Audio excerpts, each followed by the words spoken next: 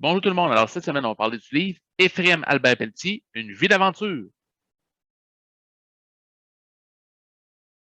Donc, on va parler de ce magnifique volume ici, Éphrem Albert Pelletier, Une vie d'aventure 1880-1952, qui ont été écrits par deux gens de la région.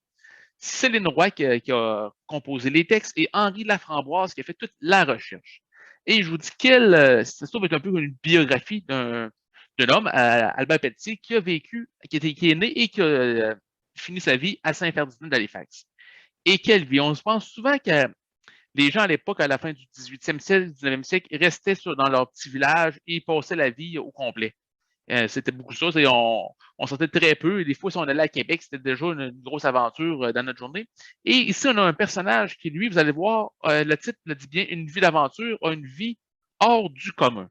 Donc, Albert Pelletier, il naît le 19 janvier 1880. Très tôt, il va être attiré par les armes et il va s'engager dans les forces armées en joignant la milice volontaire canadienne du 53e régiment de Richmond. Il va étudier pour commencer à la Royal School of Infantry, qui est située à Saint-Jean, sur Richelieu. Et par la suite, il va aller étudier aussi à la Royal School of Cavalry, qui est située, elle, à Toronto. Donc, déjà un premier voyage en dehors de la province. En novembre 1899, il va quitter le Canada pour Cape Town, en Afrique du Sud, pour participer à la guerre des Boers. Vous savez, la guerre des Boers, c'est la guerre qui opposait, dans le fond, les soldats britanniques aux deux républiques boers indépendantes, qui étaient l'État libre d'Orange et la République sud-africaine de Transvaal. Il va participer à quelques batailles et il va revenir au Québec en novembre 1900. Mais notre monsieur Petit ne restera pas inactif très, très longtemps. Le 1er janvier 1901, il est nommé inspecteur de la Northwest Mountain Police. Ça, c'est l'ancêtre de la police montée canadienne, dont le siège social est situé à Regina, en Saskatchewan. Il va être avec eux au départ à Whitehorse, au Yukon. Et par la suite, il va servir à la baie du Son de 1904 à 1905. En 1906 et 1908, bon, il va faire différentes expéditions. Sa plus importante, sa plus longue, c'est le 1908, qui conduit de Fort Saskatchewan à Fullerton et retour à Regina pour évaluer la faisabilité d'une route entre la rivière Mackenzie jusqu'à la baie du Son. En tout, là, il va couvrir 3347 miles en 8 mois et demi.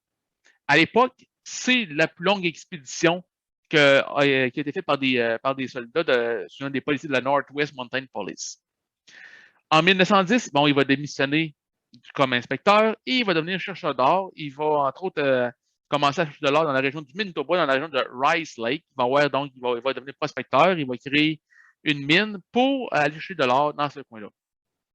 Au déclenchement de la Première Guerre mondiale, il est en Argentine. Parce qu'il faut dire aussi qu'il fait aussi des voyages, aussi un terrain à Cuba, où il va de temps en temps. Et là, il va être en Argentine en 1914, au déclenchement de la Première Guerre mondiale, et décide par lui-même de prendre le bateau et s'en aller en Angleterre pour s'enrôler dans les forces armées canadiennes.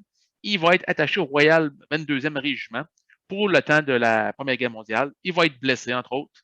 Et puis, donc, à la fin de la Première Guerre mondiale, il va sortir de l'armée. Et il va venir prendre tranquillement sa retraite ici à Saint-Ferdinand d'Halifax. Il va revenir dans le fond dans le village de son enfance pour prendre sa retraite.